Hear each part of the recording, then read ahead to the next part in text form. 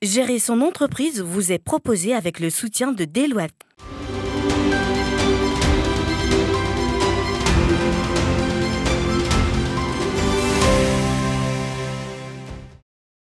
Bonjour et bienvenue dans votre émission d'éducation à la gestion d'entreprise. Aujourd'hui, dans ce numéro de Gérer son entreprise, notre expert nous éclaire sur les entreprises familiales et leur gestion.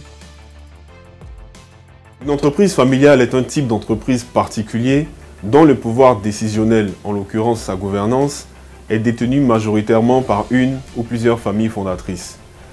C'est une entreprise dans laquelle l'envie des membres de la famille est de rester investis dans une œuvre et un patrimoine collectif dont ils sont fiers d'occuper une place prépondérante dans la gouvernance. Mes deux enfants qui sont dans la société sont parfaitement à leur place.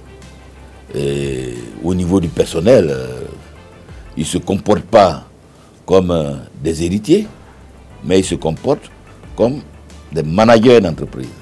Et c'est ce que je leur demande. Travailler dans une entreprise familiale ou reprendre l'entreprise familiale de ses parents a ses avantages et ses inconvénients.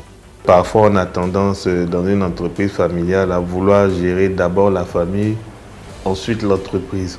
Ça peut entraîner en tout cas à commettre des erreurs, à faire des mauvais choix. Ces avantages et ces inconvénients font que la pérennité d'une entreprise familiale dépend de la capacité qu'a la famille de participer à la gestion et aux activités de l'entreprise, et ce au travers d'un bon processus de gouvernance, d'une bonne gestion, d'une bonne organisation capable de transmettre le lien familial sans nuire. C'est pour ça que je ne m'efface pas totalement, c'est pour ça que je suis encore là. Pour chaque fois leur dire attention, il y a ceci, attention, vous n'êtes pas des héritiers, vous êtes des managers, vous êtes des gestionnaires d'entreprise et on vous exigera des résultats comme ce qu'on aurait pu exiger à n'importe qui qui aurait été nommé directeur général. Tout d'abord, lorsque l'on parle de bonne gouvernance, il s'agit de la nécessité de mettre en place des règles de gouvernance familiale pour que l'élargissement progressif du capital de l'entreprise, qui résulte de l'arrivée de nouvelles générations notamment, ne soit pas un frein à la bonne gestion de l'entreprise. Le meilleur moyen de faire couler une entreprise, c'est de ne pas être organisé, de ne pas la mettre sur des standards. Et parfois, la pression familiale pousse le dirigeant à sortir des standards. Les différents actionnaires ne resteront ensemble que s'il existe des règles clairement établies de prise de décision et si ces règles sont respectées par tout le monde.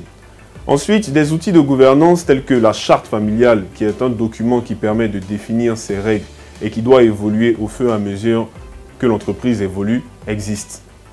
La charte familiale doit être accompagnée d'institutions familiales telles que l'assemblée familiale ou encore le conseil de famille.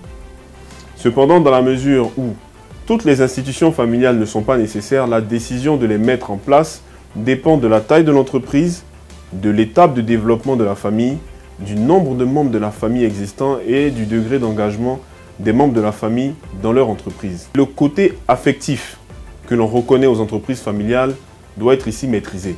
La première des choses, c'est de savoir résister à sa famille ou expliquer en tout cas pour qu'on reste dans une gestion, enfin qu'on respecte les standards d'une entreprise. Donc. Ici, effectivement, la question de l'analyse de la structure organisationnelle de l'entreprise, des compétences qui existent dans l'entreprise et des compétences qui sont nécessaires et primordiales pour optimiser cette gestion et s'assurer de mettre de la cohérence entre la gestion de l'entreprise et la gouvernance de l'entreprise. Toutes ces étapes doivent s'analyser et se réaliser avec beaucoup de rigueur au regard de la vision et des valeurs de la famille, mais elles sont nécessaires. Généralement, quand on reste dans ces standards et qu'on travaille, dans tous les cas, l'entreprise grandit, fait des profits,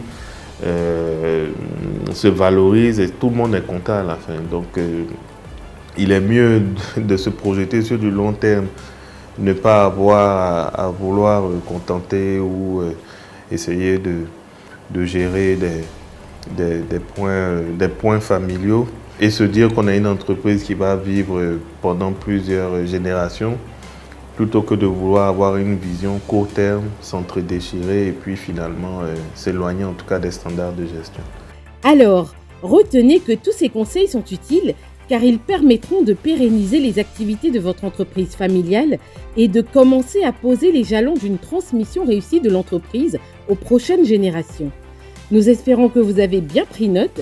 À très bientôt pour un autre numéro de votre émission Gérer son entreprise.